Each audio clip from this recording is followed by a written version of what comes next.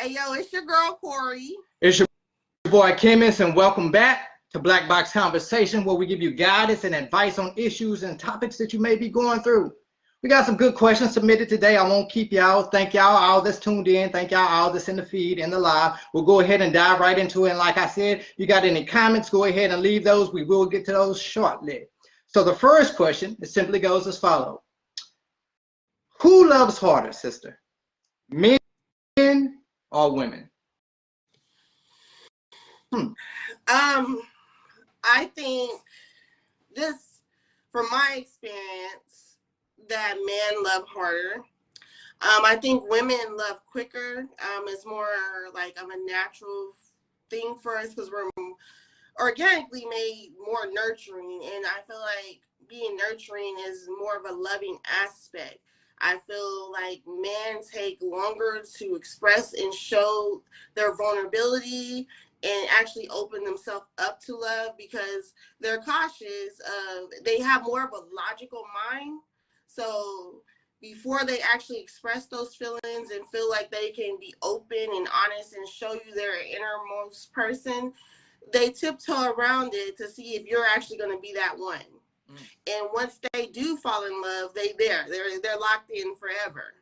I feel like when women, it comes more natural to us. We're more emotional and more expressive of emotions. So love is something more simple. It seems like it can be more simple to us than what men put it off to be. And I think because it comes natural. So I feel like we go more and quicker because we're ready to love, because that's our nature, is to be loving. So when we meet someone, we're ready to love them, versus a man who's supposed more protective in nature. Not only are they more protective over like their family and friends, but they're protective over themselves, especially their heart. Like a man will shield their heart from anyone if they feel like it's going to get toyed with or played with. So before they are comfortable enough, they have to make sure that you're ready for their love, because I feel like women are quicker to love but faster to leave, and men are harder to show love, but it's harder for them to leave. They're going to stay longer than what a woman is. That's just my personal opinion and from experience. What do you think? I actually agree with what you were saying. First of all, let me just, some women are not actually in love. Some women are actually just in love with the idea of love. And I'll break this down. Like, women have been conditioned and programmed with the idea of love since they were a little girl. Playing with dolls, you know what I'm saying? You got Ken over here, you got Barbie over here. You know what I'm saying? Like, you got all of these movies that they watch, right? And at the end of the movie, it's always a happy ending. It's always the prince coming to get his princess and everybody living happily ever after. Yeah. So often at times, you know, they fall in love with the idea of love. And I think they think that they could put anyone in that position to try to fit their prince or whatnot. Like, I think men that fought wars over love. They ready to blow up countries over love. Even if you do your research, during the Trojan War, when Helen was abducted, that war took place over love. That man wasn't playing about his woman. Men don't play. Men are willing to stake their life, put their life on the line when they actually fall in love. Like you said, it's in our natural nature. So once we're in love, that protection automatically comes out. We ain't gonna let no one, and I mean absolutely no one, be it individual, be it country, globally, internationally, however you want to call it, however you want to put it in a box, we ain't gonna let no one come take our woman from us. Because like you said, when we fall into it, we're automatically into it. And I think it's scary though for a man to fall in love, because once he falls in love, like I said, our mindset and our mentality is completely different. We're willing to stake anything and everything on it. And like you said, when a man is truly in love, he'll fight. Not only will he fight to protect something, he'll fight to make it work. Yeah. He'll fight to make it work. He'll look for reasons to stay opposed to reasons to leave. That's what a man's natural nature. When he's truly in love with you. A lot of these niggas ain't in love with y'all. But when he's truly in love with you and truly gives his heart, he's willing to stake any and everything on it. Now, when a woman is in love, it's a beautiful thing, right? Yeah. Like you said, she has this feminine, divine energy. She has this nurturing energy, and that can never be replaced. It can't be copied. It can't be duplicated. I don't care how you want to dress it up. A woman's love is just that. When she's truly in love, though. Yeah. When she's not in love with the idea of love, when she's truly in love with her partner who plays in that position, then her love ain't nothing to be messed with, right? And I think that she is comprised, right, with the four chambers of her heart. So she's already an emotional being. Yeah. She's already operating in her emotions. The way she sees things is through her emotions. Her whole perspective, her whole viewpoint is through her emotions. And when those emotions began to get wrapped up in the individual, that's a different type of love. You get what I'm saying? But who loves harder? I'm going to speak for my fellas. You know what I'm saying? I'm going to say the men love harder. I'm not going to say that the women don't love as equally hard, but I can only speak from my perspective. Being a man, I know that I don't play when it comes to my heart. I know I don't give my heart easily, but when I give it, it don't matter whether you age. It don't matter whether you don't look the way that you used to look. It don't matter what comes along with that territory. When I'm truly in love with you, I don't give a damn about the outside opinions. I don't give a damn about everybody's running their mouth. I'm in love with you as the one. I'm in love with you. So that's just my personal opinion, sister. Okay, so I'm gonna flip a question on you like you did me last time. Okay, I'm ready. Do you think that we as people are capable of unconditional love? And do you think when men and women are both capable of giving unconditional love? I do think that we are capable of unconditional love. Mm-hmm. There's an asterisk by it. There is an asterisk by it or whatnot. It just really depends on when you allow someone to be themselves, right? Because to me, unconditional love, this is what it means. If I were to define it, there's nothing you can do to earn my love, and there's nothing you can do to lose my love. I love you regardless of whether your black hair turns gray, regardless of whether you put on a couple of pounds, regardless of whether you don't walk the way you used to, whatever happens, I love you regardless. It's unconditional. Now, I think that unconditional love wants to be returned, right? Yeah. I think it wants to return to sender. So when the partner is right and both people are playing those positions, I think that's when both individuals can be vulnerable. But to me, true love /men/women is when you allow someone to grow within their space and you don't conform them or mold them to the image that you have of them in your mind. That's what true, like I love you for you. I don't love you for who I want you to be. I don't love you for who you to pretend to be. I know you dress up, you wear your makeup and all of that. Take the makeup off, girl. You know what I'm saying? I love you. You know what I'm saying? Whether you got freckles on your face, whether you got some stretch marks, what that boy Kendrick say, like I love you for you. You know what I'm saying? And I think men, have that capacity. And I think women have that capacity too. I just think society sorts that picture and tries to display something that's not there. My personal opinion. Yeah. I think with the whole society thing that is making, especially when it comes towards men and women, love be more conditional. Yeah. I think that comes from being on social media. You expecting certain things instead of just loving the person within. Like, when we were younger, we fell in love with people in our puppy love because we love that person's personality. We love the way we felt when we were around that person. Nowadays, it's like, what can you do for me? Like I was watching, I don't know why I keep watching these pop balloon thingies, but they keep throwing up on my timeline. They gonna bring us on the show. You hear me? Like, come on. Like it was this one girl that came out there and she didn't get no pop balloons, which was, it's rare if you watch it. And they asked her what she looks for in a man, and all she kept saying is a provider. Like literally. And then they were like, well, is there any deal breakers that you have? And she was like, if they're not a provider. Like, so it's like, and she was a younger girl, so I'm like, it just seems like we're slowly being conditioned to expect certain things. Like, yes, having someone as a provider is important, but if you don't love the core of that person when they're no longer able to provide from you and you need to step in the driver's seat, are you able to do that? Or is your love conditional to the point when they can't provide from you and you need to step in the driver's seat, you're gone? And you just wanted marriage because you like the idea of marriage and the idea of a provider. You know, I don't know. I was just thinking about that. I like it. Let me backdoor that. See, I think what happens is love has become transactional. Yeah. Right? We look at individuals like an ATM. Like you press the numbers in the ATM, you're trying to get something out of it, right? Yeah. What can I get out of it? Because that's going to determine how much I'm going to love you. But that's false. That's a false pretense. That's not love at all. That's society's standard.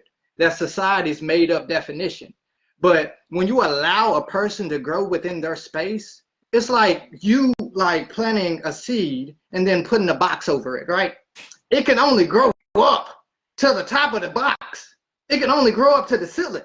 Take the box off and allow it to grow within its space. Then watch and see what it becomes. Because then you may be amazed from the branches that come out from it, from the fruit that it bears. But when you try to conform something to fit your standards and your definitions and your descriptions, you take away its authenticity, and now it's no longer allowed to be itself. And now they're operating outside of themselves, trying to please you. But they can't even operate to the fullest of their capacity. And I think exactly like you said, sister, we have to get to the point where we stop being transactional, see people for who they are, because guess what? It's going to come a point in time where the money going to be gone. You know what I'm saying? Where the black hair going to turn gray. You ain't going to be in your prime no more. So when you go and you saying, hey, I love you if you do, well, what happens if he does do that for you? And then the image he was doing it for, you no longer fit. Now you're not that image no more. What happens? And so you can't build on that foundation or that infrastructure. You got to be real. When a man sees something genuine, when a woman sees something genuine, I think that their natural nature, how God designed us, what's really inside, naturally responds to it. Me, myself, personally. Okay, so let's get to the next question. The juicy juice. Okay. Why do men / women cheat if they have a good partner? Go ahead, sister. Guess it's time to use some personal examples. As someone who has, cheated, just a long time ago, I'm grown now. As someone that has cheated and has been cheated on, the conclusion I've come up with, the reason people cheat, mostly I feel like it's an insecurity. Yeah. And let me elaborate on that. When you're with someone and you don't feel as attractive to that person, or you don't feel like there's a chemistry in the bedroom, you're going to look for that somewhere else. Like, your ego needs to be fed. So 9 times out of 10, if you see something attractive, you want, and it wants you, and it gives you the attention, and it tells you that you're pretty when you haven't heard that you're pretty in so long, or you gained a little weight and the partner that you were with told you, you ain't as, I'm not really feeling this, but somebody else love all the curves and love the rolls on you. It makes you want to feel that love from that person. Also, like, if it's just, it feels like a business transaction when you're in the bedroom and you got your homeboys or your homegirls talking about how they just bust this person down and they had them hooping and hollering and, all this extra stuff. You want to know how that is sometimes. And it's not even about, like, really the person. It is about the person, but sometimes it's about you more of how you want to feel fulfilled. Like, I love you, but I've told you, like, can you hold me? Can you, like, and sometimes people, I don't know, like, it's not really common with, like, men holding back, but a lot of times women try to hold back from giving their partner those things because it's a form of punishment. Like, you ain't doing this for me, so now I'm not touching you. And not this man has all this buildup. So when a person barely touches shoulder and like, dang, daddy, you look good. Like, what you got going on tonight? I mean, what do you expect if you leaving the person out here dry? Um, so I feel like that's that. Also, it could just be a person that's bored. Like, it'll be the same thing, and maybe they talked to their partner, maybe they haven't, but like I said, just hearing people on social media, watching TV, and you see all this passion and this thriving and this thrust, and you craving it, but you go home and then the partner, you got 5 minutes, I gotta go to sleep tonight, and it's just rush and there's just nothing there. You're gonna start craving it outside of where you get it from. Sometimes it could just be a person don't have lack self-control. Even if you're doing all these things for them, they just lack self-control, and they shouldn't have been in a relationship in the beginning because they still trying to be out here sticking and moving and feeling like they're young, and it don't have absolutely nothing to do with you. It's just they see the next hot thing, they want to go tap that, and that's just something they got to do, and they're just not mature enough, or they're not ready to settle down, but yet they still do. What is your thoughts? I don't think that there is any one answer to it. I think it's a broad question. Could be that the person is self-sabotaging. They're not used to anything good. You know, they could be conditioned their entire life to see nothing but brokenness, right? They could grow up in a single parent household, or they can grow up when someone said that their daddy is, you know, a womanizer or something like that. You never know the conditioning behind it or whatnot, but usually what happens is people project their brokenness, right? So even if something appears to be good, they often push it away because they don't think that they're deserving of something good. So it could be an inner turmoil that's going on. It could be an inner conflict. Why are you stepping out on something that is good for you? Not only that, why are you stepping out on a person that's showing you how much that they love you? Is it because you don't love yourself? And you're going to push away any type of love because you can't see yourself clearly in the mirror? To me, that's why I think that communication and conversation is important. I can't respect any man that cheats on his woman, because if you cheat on your woman, I mean, I can't trust you. Yeah. Me, myself personally, how you cheat on the person that's closest to you, the person that you tell your secrets to, the person that got your back, and you supposed to be my partner, and you stepped on your woman. We may associate, but I'm looking at you a little bit different. I'm looking at you a little bit different because you proved to me you ain't got no loyalty.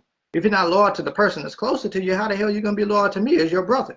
You know what I'm saying? So, and then I look at women the same way. That's why I say I must be a little bit different. I must be built different or whatnot, because my loyalty go a long way. You know what I'm saying?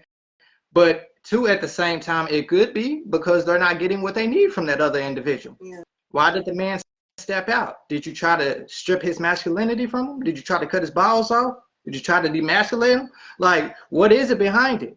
Did you not allow him to play his position as a man? Because a man won't be ruled by no one. A man won't be controlled and ruled by no one. So are you trying to be in a position of rulership over that man? Because he will go to another woman where he feels at home at, where he feels where he can play his position accordingly, where his masculine energy is never being diminished. You know, why did the woman step out? Is it because she truly didn't want a relationship? Was she in love with the idea of having a partner because her friends had a partner, but she really, truly didn't want to be with that man? And like you said, maybe she was curious. Maybe she wasn't ready to settle down. It's so many factors behind it. I don't think that there's just one thing. Now, why do individuals hurt those that's closest to them? Why do they hurt their partners in the midst of cheating on them? I can't see myself hurting someone that I love because I don't want that person to hurt me. So Yeah. I look at that person as a mirror, right? If I don't want to do it, if I don't want it done to me, then why would I do it to them? You know what I'm saying? Like that's just me, myself personally, right? But it's so many different factors. There's so many different avenues or roads that we can go down. I don't think that it's just one, but I think that when true masculine energy, divine masculine energy meets true divine feminine energy, and they're able to settle in, I don't think that you would worry about them stepping outside of those boundaries. And if that were to happen, I think that communication is key. Like, baby girl, hey, come over here. I'm letting you know I'm feeling you. You know what I'm saying? We got this thing going, but my natural nature, I'm gonna need this woman over here. But if that communication is had and she chooses to stay, that's a totally different scenario. I think what's happening is these niggas are stepping out and they not communicating to their partner, and now their partner is getting hurt, and they call themselves a man, but you didn't. A man, I'm gonna state my intentions off top. I'm gonna let you know what it is off top. Regardless of whether you want to ride or not, you're gonna know what this ride consists of. So ain't gonna be no surprises. You can't say I hurt you because you chose to play that position. I'll let you know off top what it was. And I think communication is a key when it comes to anyone stepping out on their partner. You know what I'm saying? Like, but I just mean myself. You said a key thing, because I've seen in real life and in movies that sometimes people cheat out of revenge, whether it be that their partner cheated or they doing something just to intentionally hurt them. Like, you know, you see like stuff like with the whatever, somebody that they know would hurt you to know that you slept with. You know what I'm saying? Yeah. Sometimes people they just, like you said, self-sabotage. Like, they don't know how to love you, loving them right, and all they used to is being hurt. So they used to being cheated on and cheating. So even if they get with you and you showing all this love, it's just in their natural nature to self-sabotage because that's all they know. So they're going to be more comfortable with what they know because every other woman cheated. So what made you think, like, what makes you think that you're different? Or every man cheated. So I was just expecting you to do it. I thought this is what we did. You know, it's crazy. Like you said, there could be a number of reasons. But that one, that get back stuff, that is crazy. But people cheat for that all the time. See, and that's what I would call maturity. Because if we got to be tit for tat, if it got to be a revenge, you did this for me, I did this to me, now I'm going to do this to you. Why the hell am I even in that position? Why am I matching that energy? You can go, honey. You know what I'm saying? Why would I lower myself to try to prove a point to you? What point am I proving? I've literally just went to war with I've literally just lowered my standards. And so I don't get that. If you got to match energy, if you got to be tit for tat and you got to get revenge because somebody hurt you, now you want to hurt somebody, you need to reanalyze and recalibrate your thought process. Why the hell are you there? Move around. Because if you was foolish enough to allow them to do it and then you stayed, because you, come on now. I don't even got it. Like, just think about it. Just think about it. Selena said, the real question is, at what age does the behavior change? You know what? There are some people in their 50s still cheating. I think it just depends on the person and their maturity level of when they mature. Yeah. Some people are, like, I'm into astrology, and some people are not meant to be in a monogamous relationship. Like, it's just what it is. They're always going to be like that. So, be honest about it, though. Yeah. And that's okay. It's just, if you're not ready for a monogamous relationship, don't lead the person that's a monogamous person thinking that you're going to be faithful and breaking them down and tearing down their character because they're trying to love you and you know you're not ready for that. Yeah. Just don't think that you are in the position to change a person. Yeah. Don't think that you're the one. Oh, he did that to them. He ain't gonna do that to me. And then he mess around and do it to you because you thought you was Neo in the Matrix. You ain't the one. You ain't the one. Like, and that's for my men and women out there. A person is who they show you that they are. Who they show you they are the first time. If you want to give a second chance, give it. But if they show you 2 times, You can fool me once, shame on me, but you can't fool me twice, because then I'm a fool. You know a tree by the fruit that it bears. You know that. Stop eating. That's low-hanging fruit. Stop eating from that tree. At what point does people get out of an immature mind state? I mean, I think that varies.